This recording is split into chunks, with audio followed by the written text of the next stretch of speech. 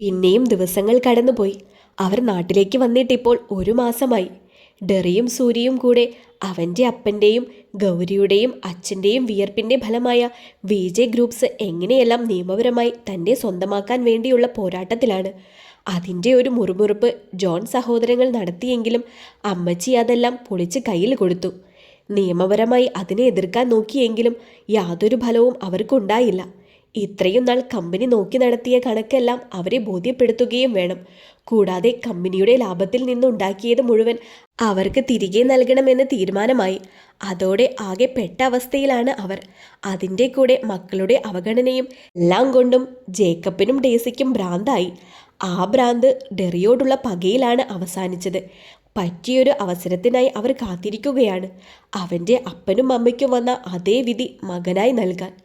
Paru ബെഡിലിരുന്നൊരു book വായിക്കുമ്പോഴായിരുന്നു ഡെറി റൂമിലേക്ക് വന്നത്.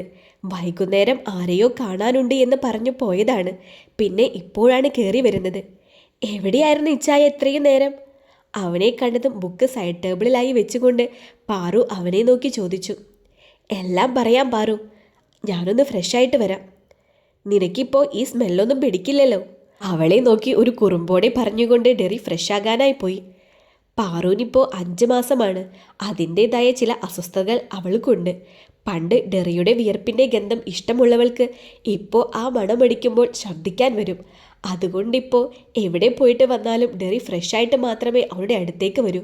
ഡെറി ഫ്രഷായി തിരികെ വന്നപ്പോൾ കാണുന്നത് ബെഡിൽ അവനെ കാത്തെന്ന പോലെ ഇരിക്കുന്ന പാറുവിനെയാണ്. ഡെറി അവളെ ഒന്ന് നോക്കിയിട്ട് അവളുടെ അടുത്തായി വന്നിരുന്നു. ജൂനിയർ എന്ത് പറയുന്നു? അവളുടെ അടുത്തേക്ക് വന്നുകൊണ്ട് ഒരു കൈയാൽ അവളെ ചേർത്ത് പിടിച്ച് മറുകൈയാൽ അവളുടെ വീർത്തിരിക്കുന്ന വയറിൽ കൈവച്ചുകൊണ്ട് ഒരു ചിരിയോടെ ചോദിച്ചു. ഇന്നാള് നല്ല കുട്ടിയായിരുന്നു. അമ്മച്ചി ഉണ്ടാക്കി തന്ന സ്പെഷ്യലൊക്കെ കഴിച്ചപ്പോൾ അതൊന്നും പുറത്തേക്ക് കളഞ്ഞില്ല. ഡെറിയുടെ ചോദ്യം കേട്ടതും ഒരു ചിരിയോടെ അവൾ പറഞ്ഞു. അല്ലേലും എൻ്റെ കുഞ്ഞ് നിന്നെ അങ്ങനെയൊന്നും ബുദ്ധിമുട്ടിക്കില്ല. ഒരു ചിരിയോടെ പറഞ്ഞുകൊണ്ട് വയറിലായി ഒരു ഉമ്മ വെച്ചിട്ട് ഹെഡ് റെസ്റ്റിൽ ചാരി അവളെ ചേർത്ത് പിടിച്ചിരുന്നു. അല്ല, ഇന്നെന്താ വരാൻ താമസിച്ചത്? കുറച്ച് നിമിഷങ്ങൾ കഴിഞ്ഞതും പാറു അവനെ നോക്കിയൊരു സംശയത്തോടെ ചോദിച്ചു. 1-2 പേരെ കാണാനുണ്ടായിരുന്നു. എത്രയും പെട്ടെന്ന് കാര്യങ്ങളെല്ലാം ഒതുക്കി തീർത്ത് കുറച്ചുനാൾ നിന്റെ കൂടെ ഇരിക്കണം. സൂര്യയ്ക്കും ദേവുവിൻ്റെ ഒപ്പം ഇരിക്കാൻ ആഗ്രഹം കാണുമല്ലോ. വിവാഹം കഴിഞ്ഞിട്ടും 2 പേർക്കും എങ്ങും പോകാനൊന്നും കഴിഞ്ഞില്ലല്ലോ. അതിനൊക്കെ ഒരു തീരുമാനമാകണം. ഡെറി പറഞ്ഞപ്പോൾ അവൾക്കും അത് ശരിയാണ് എന്ന് തോന്നി. സൂര്യയ്ക്കും ദേവുവിനും അവർക്ക് അവരുടേതായ ഒരു സ്പേസ് കിട്ടിയിട്ടില്ല എന്ന് അവൾക്കും തോന്നിയിരുന്നു. ഡെറിയോട് ഇതേക്കുറിച്ച് പറയണമെന്നും അവൾ കരുതിയതാണ്. അവനായി തന്നെ ഇങ്ങോട്ട് പറഞ്ഞതുകൊണ്ട് അവൾക്ക് ഒരുപാട് സന്തോഷമായി. പിന്നെ അധികം നേരം ഓരോന്ന് പറഞ്ഞ് സംസാരിച്ചിരിക്കാതെ വേഗം തന്നെ ഡെറി അവളെ ചേർത്ത് പിടിച്ച് കിടന്നു. പാറു ഉറങ്ങിയെങ്കിലും എന്തുകൊണ്ടോ ആ രാത്രി ഡെറിക്ക് ഉറങ്ങാൻ സാധിച്ചില്ല. മനസ്സാൽ പല തീരുമാനങ്ങൾ എടുക്കുകയായിരുന്നു അവൻ ആ നിമിഷം. പിറ്റേന്ന് പതിവ് പോലെയുള്ള മോർണിംഗ് വാക്കെല്ലാം കഴിഞ്ഞ് അമ്മച്ചി കൊടുത്ത ഫുഡെല്ലാം കഴിച്ചു കഴിഞ്ഞ് പാറുവും ദേവും അമ്മച്ചിയുമൊക്കെയായി സംസാരിച്ചിരിക്കുകയായിരുന്നു. ആ സമയമാണ് മുറ്റത്ത് 2 കാർ വന്ന് നിന്നത്. വല്യമ്മച്ചി ഒരു സംശയത്തോടെ വന്നതാരാ എന്നറിയാനായി അങ്ങോട്ടേക്ക് നോക്കി. എന്നാൽ അതിൽ നിന്ന് ഇറങ്ങുന്നവരെ കണ്ടതും വല്യമ്മച്ചിയുടെ മുഖം ഇരുണ്ടു. ഹോ, ഞാൻ വിചാരിച്ചതേയുള്ളൂ എന്തേ വരാൻ ഇത്ര വൈകിയെന്ന്.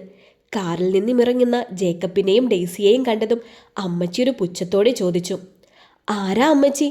ആരാ ഇവരൊക്കെ? ദേവു അമ്മച്ചി പറയുന്നത് കേട്ടതും ഒരു സംശയത്തോടെ ചോദിച്ചു. അതേ സംശയം പാർവിലും ഉണ്ടായിരുന്നു. ആ വരുന്നത് എൻ്റെ പുന്നാര മക്കളും മരുമക്കളുമാണ്. ദേവുവിൻ്റെ ചോദ്യം കേട്ടതും അമ്മച്ചി ഒരു പുച്ഛത്തോടെ പറഞ്ഞു. അമ്മച്ചി പറഞ്ഞപ്പോൾ തന്നെ ദേവുവിനും പാർവിനും മനസ്സിലായി വന്നത് ആരാണ് എന്നും ഇപ്പോൾ അവർ ഇങ്ങോട്ട് വരുന്നതിൻ്റെ ആ വരവിൻ്റെ ഉദ്ദേശം എന്താണ് എന്നും. ഇനി ഇവിടെ എന്തൊക്കെ നടക്കുമെന്നോർത്ത് 2 പേർക്കും ചെറുതല്ലാത്ത ഒരു ഭയം കൂടെ ഉണ്ടായിരുന്നു. അല്ല, ആരായത്? ഈ വഴിയൊക്കെ എൻ്റെ മക്കളും മരുമക്കളൊക്കെ ഓർക്കാറുണ്ടായിരുന്നു. അകത്തേക്ക് വരുന്നവരെ കണ്ടതും അമ്മച്ചി ഒരു പുച്ഛത്തോടെ ചോദിച്ചു. അതെന്നാ അമ്മച്ചി അങ്ങനെയൊരു വർത്താനം? അമ്മച്ചിക്കല്ലേ ഞങ്ങളെയൊന്നും കണ്ണിന് പിടിക്കാത്തെ? അകത്തേക്ക് കയറിക്കൊണ്ട് ഡെയ്സി അമ്മച്ചിയുടെ സംസാരം കേട്ടതും അവരെ നോക്കി ഇത്തിരി കടുപ്പിച്ചു പറഞ്ഞു. എനിക്ക് കണ്ണിന് പിടിക്കാത്തത് എന്തുകൊണ്ടാണെന്ന് നിങ്ങൾക്കൊക്കെ അറിയാമല്ലോ. അമ്മച്ചിയും അതേ രീതിയിൽ അവർക്കുള്ള മറുപടി കൊടുത്തു. ഡെയ്സി വേണ്ട. ഡെയ്സി അതിന് എന്തോ മറുപടി പറയാൻ വന്നതും ജേക്കബ് അവരെ തടഞ്ഞു. പിന്നെ ഡെയ്സി ഒന്നും മിണ്ടാൻ പോയില്ല. അമ്മച്ചി, ഞങ്ങൾ വഴക്കിനൊന്നും വന്നതല്ല. ചില കാര്യങ്ങൾ സംസാരിക്കാൻ വന്നതാണ്. ജേക്കബ് വന്ന കാര്യം അവരോടായി പറഞ്ഞു. അമ്മച്ചി അവരെ ഒന്ന് നോക്കിക്കൊണ്ട് അകത്തേക്ക് കയറി. ദേവും പാറുവും അവർക്ക് പിന്നാലെ അകത്തേക്ക് പോയി. ദേ ഡേസി, ഞാനൊരു കാര്യം പറഞ്ഞേക്കാം. ചുമ്മാ ഓരോന്ന് പറഞ്ഞ് അമ്മച്ചിയെ ദേഷ്യം പിടിപ്പിച്ചേക്കരുത്. അറിയാലോ അമ്മച്ചിയുടെ സ്വഭാവം. അവരകത്തേക്ക് പോയി എന്ന് കണ്ടതും ജേക്കബ് ഡേസിയോടായി ശബ്ദം താഴ്ത്തി പറഞ്ഞു. അതിന് ഞാനൊന്നും പറഞ്ഞില്ലല്ലോ. ജേക്കബ് പറയുന്നത് കേട്ടതും ഒരു ചൊടിയോടെ ഡേസി അയാളോടായി പറഞ്ഞു. എൻ്റെ പൊന്നു ഡേസി, ഒന്നും വേണ്ട, നീ ആ വാ തുറക്കാതിരുന്നാൽ മതി. ഇച്ചായൻ പറയുന്നതിലും കാര്യമുള്ളത് കൊണ്ടാണ് ഞങ്ങൾ നിന്നോട് ഈ പറയുന്നത്. ആങ്ങളയുടെ പുറകെ ഭർത്താവ് കൂടെ പറഞ്ഞതും ഡെയ്സി പിന്നെ ഒന്നും മിണ്ടാൻ പോയില്ല. എന്തേലും പറയണമെന്ന് തോന്നിയെങ്കിലും അവൾ മൗനം പാലിച്ചു. അപ്പോഴും റാണി മാത്രം എല്ലാത്തിൽ നിന്നും ഒഴിഞ്ഞു മാറി നിന്നു. എന്തോ അവൾക്കിങ്ങോട്ട് വരാൻ പോലും താല്പര്യമില്ലായിരുന്നു. ഇവിടേക്ക് വരുമ്പോഴെല്ലാം പഴയ പല ഓർമ്മകൾ അവളുടെ മനസ്സിലേക്ക് തെളിഞ്ഞു വരും. അതുകൊണ്ട് അവിടെ നിൽക്കുന്ന ഓരോ നിമിഷവും അസ്വസ്ഥമായ മനസ്സോടെയാണ് അവൾ നിന്നതും. റാണി, നീ എന്താലോചിച്ച് നിൽക്കുക? വാ, നമ്മൾക്ക് അകത്തേക്ക് പോകാം. എന്തൊക്കെയോ ചിന്തിച്ച് നിൽക്കുന്ന റാണിയോട് അത്രയും പറഞ്ഞുകൊണ്ട് ജേക്കബ് അകത്തേക്ക് കയറി. അയാളുടെ പുറകെ ബാക്കിയുള്ളവരും. അവർ സ്വീകരണ മുറിയിലേക്ക് കയറിയതും കാണുന്നത് അവിടെയുള്ള സോഫയിൽ അവരുടെ വരവും കാത്തിരിക്കുന്ന ഡെറിക്കിനെയായിരുന്നു. ഒരു നിമിഷം അവനെ കണ്ടതും 4 പേരും മുന്നോട്ടൊരു അടി പോലും ചലിക്കാനാവാതെ തറഞ്ഞു നിന്നു പോയി. അവൻ്റെ ആ ഇരിപ്പും ആ പ്രൗഢിയുമെല്ലാം കണ്ടതും അവർക്ക് 4 പേർക്കും അവൻ്റെ അപ്പൻ, അതായത് കുരിശിങ്കൽ ജോണിനെ ഓർമ്മ വന്നു. അയാളുടെ അതേ രൂപവും പ്രൗഢിയും എല്ലാമാണ് മകന് കിട്ടിയിരിക്കുന്നത് എന്നവർക്ക് തോന്നി. ആ സമയം മുന്നിലിരിക്കുന്നവൻ്റെ വന്യമായ നോട്ടം കണ്ടതും ജേക്കബിൻ്റെയും സണ്ണിയുടെയും കയ്യും കാലുകൾ വിറച്ചുപോയി. ഡെറിമോൻ ഇവിടെ ഉണ്ടായിരുന്നോ? ആദ്യത്തെ പകപ്പ് മാറി അകത്തേക്ക് കയറി വന്നുകൊണ്ട് ജേക്കബ് ഒരു ചിരിയോടെ ചോദിച്ചു. എന്നാൽ ഡെറി അവരെ നോക്കിയതല്ലാതെ ഒന്നും പറഞ്ഞില്ല. ഓ, ഇവിടെ വരെ വന്നത് നീ ഇവൻ്റെ സുഖവിവരം അന്വേഷിക്കാനായിരുന്നോ? ജേക്കബിൻ്റെ ചോദ്യം കേട്ടതും അമ്മച്ചിയൊരു ചുടിയോടെ അയാളോടായി ചോദിച്ചു. എന്നാൽ അമ്മച്ചിയുടെ സംസാരം കേട്ട് ചിരി കടിച്ച് പിടിച്ചിരിക്കുകയാണ് ദേവും സൂര്യയും പാറുവും. എന്നാൽ ഡെറി അവരെ പഠിക്കുന്നത് പോലെ നോക്കിയിരിക്കുകയായിരുന്നു. അമ്മച്ചി എന്താ ഇങ്ങനെ സംസാരിക്കുന്നേ? ഞങ്ങൾ ഇങ്ങോട്ട് വന്നത് മുതൽ തുടങ്ങിയതാണല്ലോ അമ്മച്ചി ഓരോന്ന് കുത്തി പറയാൻ. അമ്മച്ചി പറഞ്ഞത് ഇഷ്ടമാവാതെ പോലെ ഡെയ്സി ചോദിച്ചു. അപ്പോഴും സണ്ണിയും റാണിയും മാത്രം ഒന്നും മിണ്ടിയില്ല. പറയാനുള്ളതൊക്കെ അവർ പറയട്ടെ എന്ന പോലെ. ഞാൻ എന്നാ പറഞ്ഞെന്നാ നീ പറയുന്നേ? ഡെയ്സിയുടെ സംസാരം കേട്ടതും അമ്മച്ചി അവളെ നോക്കി ഇത്തിരി കടുപ്പിച്ച് ചോദിച്ചു. എൻ്റെ പൊന്നമ്മച്ചി, അവൾ എന്തേലും പറഞ്ഞെന്ന് വെച്ച് അമ്മച്ചി അതെല്ലാം ഏറ്റുപിടിക്കാനിരുന്നാലോ? ഇവരുടെ ഈ വാക്പോര് കണ്ട് ജേക്കബ് ഒരു നിശ്വാസത്തോടെ അമ്മച്ചിയോടായി ചോദിച്ചു. ഞാനായിട്ട് ഇനി ഒന്നും പറയുന്നില്ല. ജേക്കബ് പറയുന്നത് കേട്ടതും അയാളെ ഒന്ന് പുച്ഛിച്ചുകൊണ്ട് ഡെയ്സി മുഖം വീർപ്പിച്ചിരുന്നു. അമ്മച്ചി, ഞങ്ങൾ വന്നത് ഒരു കാര്യം പറയാനാണ്. ഡെയ്സി പറയുന്നതൊന്നും കാര്യമാക്കാതെ ജേക്കബ് അമ്മച്ചിയോടായി പറഞ്ഞു. കൂടെ ഡെറിയെ ഒന്ന് നോക്കാനും മറന്നില്ല. നിനക്ക് എന്നതാ പറയാനുള്ളത്? ജേക്കബ് പറയുന്നത് കേട്ടതും അമ്മച്ചി ഗൗരവത്തോടെ അവനോടായി ചോദിച്ചു.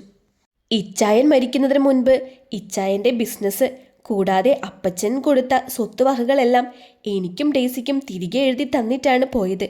കൂടാതെ ഇച്ചായൻ്റെ കമ്പനിയായ വിജെ ഗ്രൂപ്പ്സ്, അതിൻ്റെ ഉടമസ്ഥ അവകാശവും ഞങ്ങൾക്കായിരുന്നു. എന്നാൽ ഇപ്പം അതെല്ലാം തിരികെ എഴുതി തരണമെന്ന് പറഞ്ഞാൽ അതെവിടുത്തെ ന്യായാണ്? ജേക്കബ് ആദ്യം സൗമ്യമായും അവസാനം ഡെറിയെ ഒരു മുരൾച്ചയോടെയും നോക്കി പറഞ്ഞു. പിന്നെ അവൻ്റെ അപ്പൻ ഉണ്ടാക്കിയ സ്വത്ത് അവന് തിരിച്ചു വേണമെന്ന് ആവശ്യപ്പെട്ടാൽ അത് തിരിച്ചു കൊടുക്കണം. കാരണം അതൊക്കെ അവനവകാശപ്പെട്ടതാണ്. അതൊക്കെ കണ്ടറിഞ്ഞ് ചെയ്യേണ്ടത് നിങ്ങളുടെ കടമയായിരുന്നു. നിങ്ങളത് ചെയ്തില്ല. അതുകൊണ്ട് അവൻ നിയമത്തെ കൂട്ടുപിടിച്ചു. ജേക്കബ് പറഞ്ഞു നിർത്തിയതും അമ്മച്ചി നിസാരമെന്ന പോലെ അവരോടായി പറഞ്ഞു. എന്നാൽ അമ്മച്ചി പറയുന്നത് ഇഷ്ടമാകാതെ ജേക്കബ് അവരെ തുറിച്ചു നോക്കി. ഡെയ്സിയും അതുപോലെ തന്നെയായിരുന്നു. എന്നാൽ സണ്ണിയുടെ കണ്ണുകൾ പാറുവിലും ദേവുവിലുമായിരുന്നു. അയാളുടെ കഴുകൻ കണ്ണുകൾ അവരുടെ ശരീരത്തിലൂടെ ഇഴഞ്ഞു നടന്നു. അയാളുടെ ഈ നോട്ടം മറ്റാരും കണ്ടില്ലേലും റാണി കണ്ടിരുന്നു. അവരൊരു നിശ്വാസത്തോടെ മുന്നോട്ട് നോക്കിയതും കാണുന്നത് സണ്ണിയെ തന്നെ നോക്കിയിരിക്കുന്ന ഡെറിക്കിനെയായിരുന്നു. അവൻ്റെ കണ്ണുകളിലെ ഭാവം കണ്ടതും അവരുടെ ശരീരം ഭയത്താൽ വിറച്ചുപോയി. മോനൊന്നും പറഞ്ഞില്ല? ജേക്കബ് ഒന്നും മിണ്ടാതെ എന്തൊക്കെയോ ആലോചിച്ചിരിക്കുന്ന ഡെറിയോടായി ചോദിച്ചു. എന്നാൽ ജേക്കബിൻ്റെ സംസാരം കേട്ടപ്പോഴാണ് റാണി അവനിൽ നിന്നും കണ്ണുകൾ മാറ്റിയത്. ഇതിൽ ഞാനെന്ത് പറയാനാണ്? അല്ലേൽ തന്നെ ഇതേക്കുറിച്ച് എന്ത് സംസാരിക്കാനിരിക്കുന്നു? ഇടപാടെല്ലാം നിങ്ങളും നിങ്ങളുടെ സഹോദരങ്ങളും തമ്മിലായിരുന്നു. അന്ന് എനിക്ക് ഇതേക്കുറിച്ച് ഒന്നും അറിയില്ലായിരുന്നു. അതുകൊണ്ട് അതേക്കുറിച്ചൊന്നും എനിക്ക് പറയാനുമില്ല. പിന്നെ ഇപ്പോൾ ഞാൻ നിങ്ങളോട് ആവശ്യപ്പെട്ടത് എനിക്ക് അവകാശപ്പെട്ട എൻ്റെ സ്വത്തുക്കളാണ്, അല്ലാതെ വേറൊന്നുമല്ല. ഡെറി യാതൊരു മയവുമില്ലാതെ അവരോടായി പറഞ്ഞു. എന്നാൽ അവൻ്റെ വാക്കുകൾ കേട്ട് കലി കയറി നിൽക്കുവാണ് ജേക്കബ്. അങ്ങനെ പറഞ്ഞാൽ എങ്ങനെ ശരിയാവും? നിന്റെ അപ്പൻ തന്നെയാണ് ഞങ്ങൾക്കത് തിരികെ തന്നത്, അതും സ്വന്തം ഇഷ്ടപ്രകാരം, അല്ലാതെ ഞങ്ങൾ നിർബന്ധിച്ച് നേടിയെടുത്തതല്ല. പിന്നെ ഈ കണ്ട കാലം അത്രയും ഞങ്ങളാണ് അത് നോക്കി നടത്തിയത്. ഈ പറഞ്ഞ അത്രയും നാൾ നിനക്കത് ആവശ്യമില്ലായിരുന്നല്ലോ. എന്തിന്? അവിടേക്കൊന്ന് തിരിഞ്ഞു നോക്കിയിട്ടുണ്ടോ? എന്നിട്ട് ഇപ്പോൾ അവകാശം ചോദിച്ചു വന്നേക്കുന്നു. അത്രയും നേരം ഉണ്ടായിരുന്ന ക്ഷമയൊക്കെ കളഞ്ഞു ജേക്കബ് തന്നെ തനി സ്വഭാവം പുറത്തെടുത്തിരുന്നു. ഇപ്പോഴാണ് നീ എൻ്റെ മോനായത്. ഇത്രയും നേരം ഞാൻ ആലോചിക്കുകയായിരുന്നു, എൻ്റെ പുത്രൻ ഇത് എന്നാ പറ്റിയെന്ന്. നിന്റെ തലയിൽ വല്ല തേങ്ങ വീണോ എന്ന് വരെ ഞാൻ തെറ്റിദ്ധരിച്ചു പോയി. പെട്ടെന്നുള്ള ജേക്കബിൻ്റെ ഭാവമാറ്റത്തിൽ എല്ലാം പകച്ചുപോയി. എന്നാൽ വല്യമ്മച്ചിക്ക് അപ്പോഴാണ് ഒരു ആശ്വാസമായത്. കാരണം വന്നപ്പോൾ തൊട്ട് ജേക്കബിൻ്റെ മുഖത്ത് കാണുന്ന വിനയവും ക്ഷമയും എല്ലാം കണ്ടപ്പോൾ തൊട്ട് ഇവനിത് എന്നാ പറ്റിയെന്ന് ആലോചിച്ചിരിക്കുകയായിരുന്നു അമ്മച്ചി. അമ്മച്ചിയുടെ സംസാരം കേട്ടതും ജേക്കബ് അവരെ തുറിച്ചു നോക്കി. എന്നാൽ സൂര്യയും ദേവും ചിരി കടിച്ചു പിടിച്ച് നിൽക്കുകയാണ്. പാറു പിന്നെ അതെല്ലാം നോക്കി ഡെറിയുടെ നെഞ്ചിൽ ചാഞ്ഞിരിക്കുകയാണ്. ദേ തള്ളേ, നിങ്ങളുടെ തമാശ കേൾക്കാനല്ല ഞാൻ ഇവിടെ വന്നിരിക്കുന്നത്. അവരുടെ സംസാരം കേട്ടതും ജേക്കബ് അവരെ നോക്കി മുരണ്ടു. തമാശയോ? ഞാനൊരു സത്യം പറഞ്ഞതാടാ.